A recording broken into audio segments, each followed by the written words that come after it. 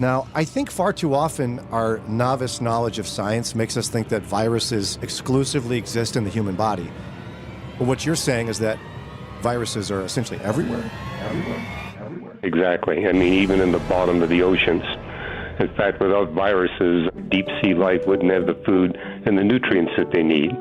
They even play a role in taking greenhouse gases out of the atmosphere and making sure geochemical cycles operate at the right levels. Virtually everywhere you look, they're fulfilling a good purpose.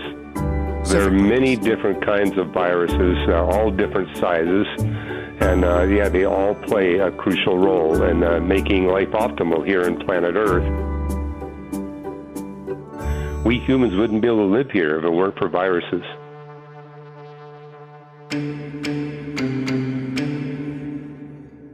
You know what we're about to do? We're about to get real. Why? Because we're family. Ustedes son mi familia. This is the Brian and Janelle podcast. She's Janelle, and I'm Brian. If you don't want to miss anything, all you have to do is hit the subscribe button to get a notification whenever we drop a new episode. The Brian and Janelle podcast.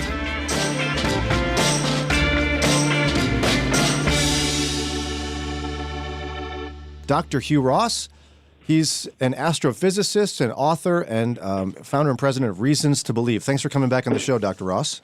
Oh, you're very welcome. So I know one of the questions you've been getting in the strange days in which we live is why would an all-powerful and all-loving God create a world in which viruses exist? And as I understand it, the answer starts with the laws of physics? That's correct. I mean, viruses bring over a dozen different benefits that we can identify. A lot of them have to do with geology and physics. I mean, for example, if you don't have viruses, then the bacteria run out of control. In fact, very quickly, our planet would become a gigantic, huge bacterial slime ball. And viruses attack bacteria and keep them under control. And we notice is we have just the right variety of viruses to make sure that the beneficial bacteria do what they need to do and don't run out of control. Whoa. And what a lot of people don't realize is viruses play a crucial role in precipitation. What? We wouldn't have the rain and the snow that we have.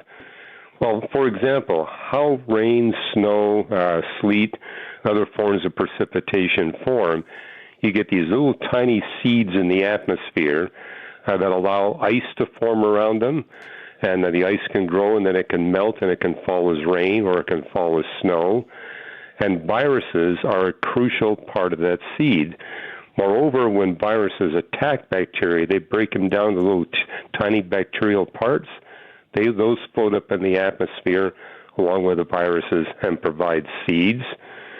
And it is true that things like fine particles of dust can make seeds for precipitation as well, but only viruses and the bacteria that they break apart allow precipitation to form at warm air temperatures. So thanks to viruses, we have an abundance of snow and rain, hail falling, not just in parts of the world, but all over the world. A question that's coming up a lot in my house, and now that you're bringing all this up, is like, where do they come from to begin with? Because you hear what you're saying, but then when we talk about COVID-19, it's like it's a novel virus. So it's like, okay, where do they start? Well, you probably bring up the question, how is it that benign viruses become deadly? Oh. And when you look at the past century, we've had a number of pandemics, but every one of those pandemics has been the result of humans mismanaging the resources of the planet. Mm-hmm. And that's something you see in both Genesis and Job. God put us in charge of planet Earth to manage its resources for our benefit and the benefit of all other life. But when we mismanage ourselves and our animals, often we create an environment where relatively benign viruses become deadly, like this COVID-19. So, I mean, for example, you can identify human-animal contact as the origin of all the deadly viruses. Huh. But you may be asking the question, where do viruses come in the first place? And, one answer is, well, God created them that way. Other people consider that, well, when bacteria break down by whatever processes they do, their components become viruses. But that's not proven.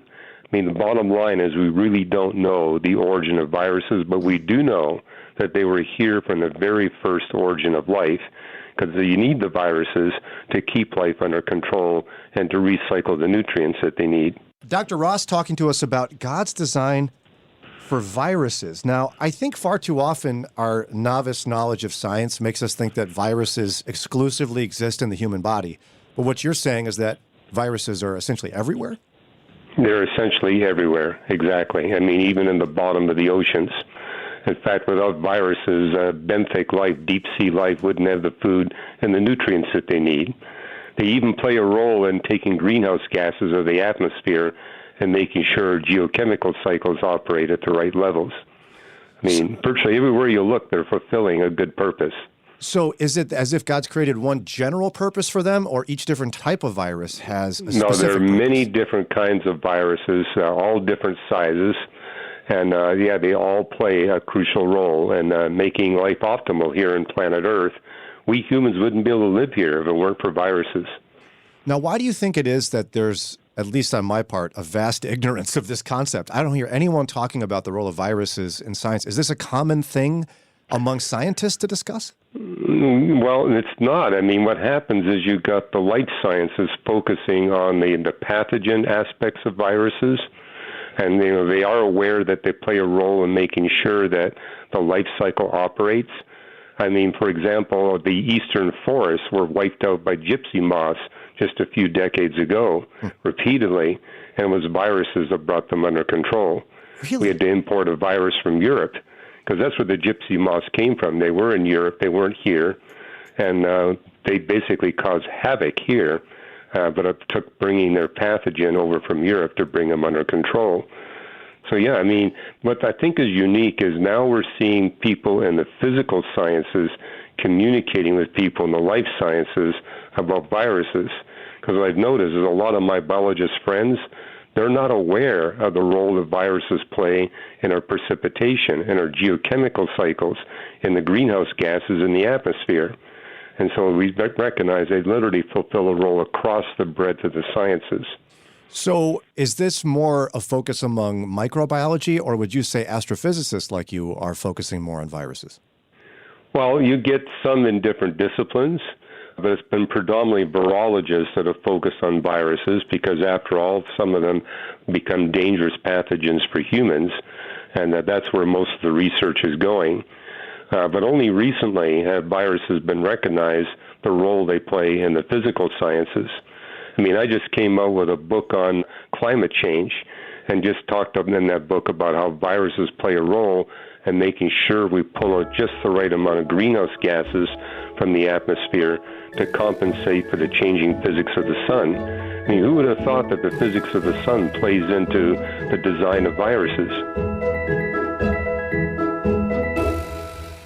I know you've served time in ministry for many years as well in a pastoral sense. How do we take this information and use this as a means to bring people hope in Christ while they're scared of a dangerous virus? Well, I think, number one, this is something that's under God's control. God is a creator. Just like we don't like mosquitoes, but they play a crucial role. And just like with mosquitoes, we made them much more dangerous than God ever intended. We've done the same with viruses. So number one, we need to realize the good that viruses provide, but also how through our human neglect and abuse, we've made viruses much more dangerous than they otherwise would be, and we can take steps to correct that. I think this COVID-19 is going to help us prepare for the next one. I mean, these will come again, but we can make them much less devastating if we really take care of our environment. I mean, for example, it's really not a good idea to have millions of live animals in cramped quarters under huge stress next to millions of human beings, likewise in cramped quarters under great stress. We know that from biologists that's a perfect environment for having these viruses to mutate and to go from one species to another species. So it's not just ethical concerns from Christians that ought to drive us towards caring for creation. You're saying it's science itself that ought to cause Christians to be the frontline advocates for this. Yes, and also to be the frontline advocates in dealing with those that are impacted. I mean, what you notice about the history of the Black Plague, it was Christians who went into these infected cities and helped people.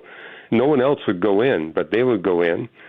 And then also Christians have played a crucial role in doing the necessary research to figure, okay, how should we respond to this? Yeah, and one of the things I've been blessed by in your ministry life is your passion for ensuring that people who love the sciences see God's handiwork in there. Where can we direct people who love science but don't know Christ yet in the midst of this to see God's fingerprint in viruses? Well, we have on our reasons.org website a special page just for this SARS-2 virus. You'll find about a dozen different articles there, video clips, podcasts, and all you need to do is go to our reasons.org website, put coronavirus in the search engine, and all these articles and podcasts will pop up. And we try to populate their stuff you're not going to find anywhere else on the web. Wonderful. We'll also get some links on our Facebook page, Kelly is just telling me. And as I understand it, you mentioned you have a brand new book. Well, it's called Weathering Climate Change. There it is. It's not for sale yet, but people can get it by making a donation to Reasons to Believe. Okay, go to reasons.org for more information on all of that. Again, Dr. Hugh Ross is an astrophysicist, and he's director and founder of Reasons to Believe. Thanks again, Dr. Ross. We're always grateful for your time and your expertise. You're very welcome. Thanks. Hey, hold up. Where are you going? You know you liked your time with us. You want more. So look down, hit that button right there, subscribe, and you'll get updated episodes, and then you can hang some more. And guess what? You can help us. How? A 5-star rating. You can also hang with us live weekdays 6 to 9 a.m. Interact with us, talk with us. Download the Moody Radio app. Or at brianandjanelle.org. And we don't put all this together all by ourselves. There's some great people behind all this production. We want to thank Ron Eastwood, Kelly Ryder, Paul Carter, Doug Hayner, Mike Reynolds, and our awesome and fearless leader, Josue Villa. And finally, this podcast is a production of Moody Radio in Cleveland, a ministry of Moody Bible Institute. Well, Brian, that's a wrap.